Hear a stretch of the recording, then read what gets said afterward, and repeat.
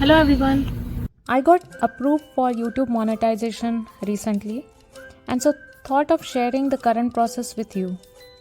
It took me around 9 months since I started my channel to reach this goal. So to get monetized, you have to complete the eligibility criteria. 1000 subscribers and 4000 watch hours in last 365 days or 1000 subscribers and 10 million short views in last 90 days. I completed the 1000 subscribers and 4000 watch hours in last 365 days criteria. Make sure you have enabled two-step verification on your channel and are complying to the community guidelines set up by YouTube.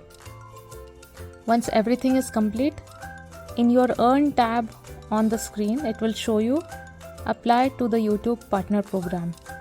Application is a 3-step process. Let me walk you through that now. The first step is review the base terms. These are the base terms for YouTube Partnership Program. Read this carefully and then accept the terms. It will move you to the next step immediately. Second step is to sign up for Google AdSense. It will prompt you if you already have an existing account, or you can create one, or you can select I don't know. I had to create new by filling account type as individual, name and address. Once this process is done, an AdSense account will be linked to your channel. This will automatically move you to the final step of the channel review. So here are the key things to consider.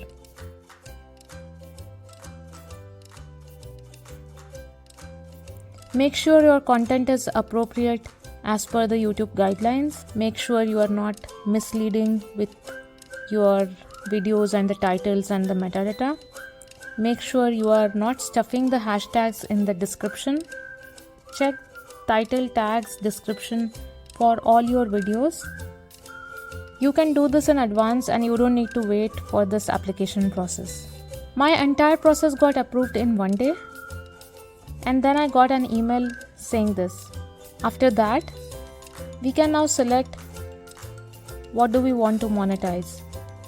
Here are the various options: watch page ads, shorts, and supers.